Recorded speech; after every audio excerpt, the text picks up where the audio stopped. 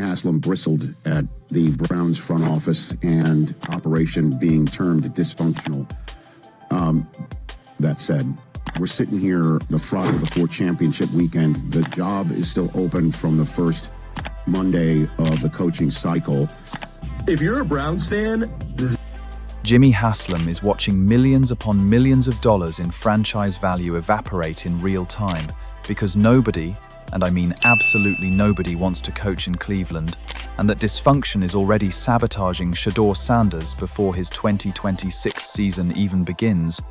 because we've now reached a point that would have been unthinkable just a few years ago, where respected, established coaches are openly choosing offensive coordinator jobs in other cities over being the head coach of the Cleveland Browns, with Mike McDaniel reportedly taking one look at the situation, weighing the instability, the power structure, and the front office dynamics, and saying hell no before opting for a coordinator role in Los Angeles instead, a move that speaks volumes about how this organization is viewed across the league, not just by fans but by the people who actually work inside NFL buildings and understand what functional franchises look like. Before we dive deeper, hit that subscribe button so you don't miss a second of this unfolding quarterback drama, because this situation is changing fast and the fallout is only getting bigger.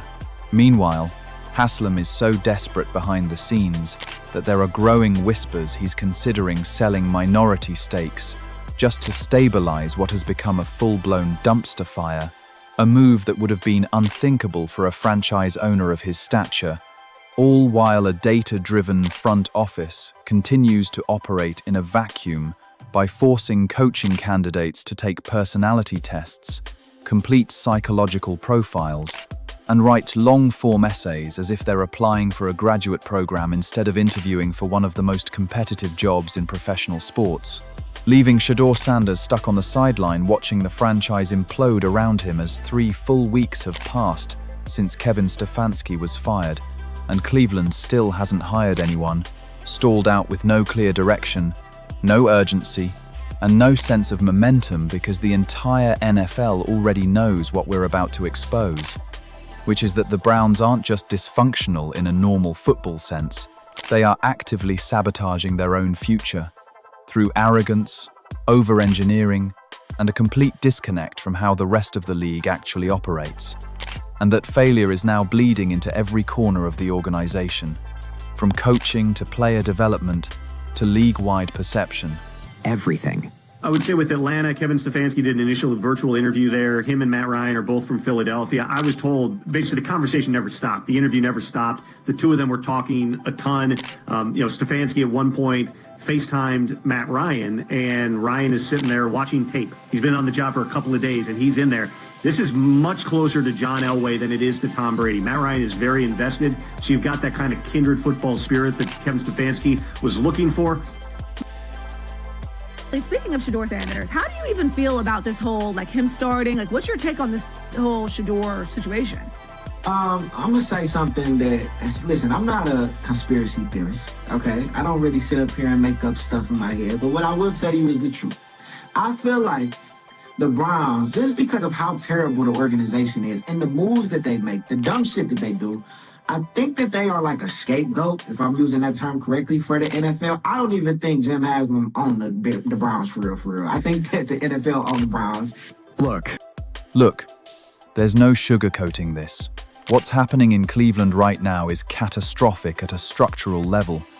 And if you're a Shador Sanders fan, you need to fully understand just how bad it really is. Because while people on the outside argue endlessly about whether Shador can develop into a franchise quarterback, debating arm talent, decision-making, and upside,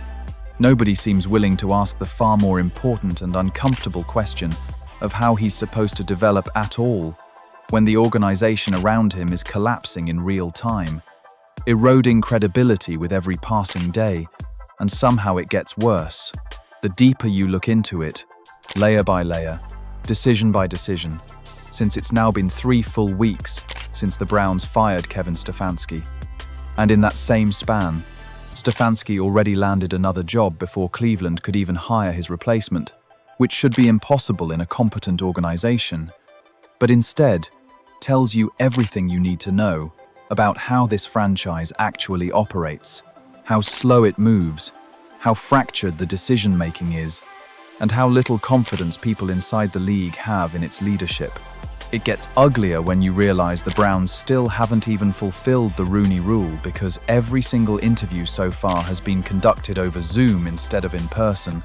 not because of scheduling conflicts or logistical issues, but because no one wants to get on a plane and actually fly to Cleveland, which is insane when you remember these are NFL head coaching jobs, dream positions that coaches grind decades for, roles people once begged for, and yet candidates won't even show up to the building, with the only person to fully complete the process being Jim Schwartz purely because he's already there as the defensive coordinator and can literally walk down the hallway, a technicality masquerading as progress. Reports revealed that Mike McDaniel wasn't being considered for an OC role at all, but for the head coaching job itself, before he evaluated the situation,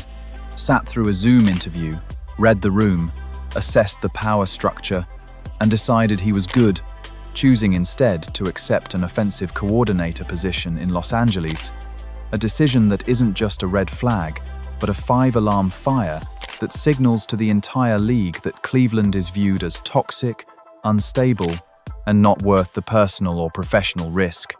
especially when other coordinators are also pulling their names out of consideration and quietly running away from the opportunity entirely.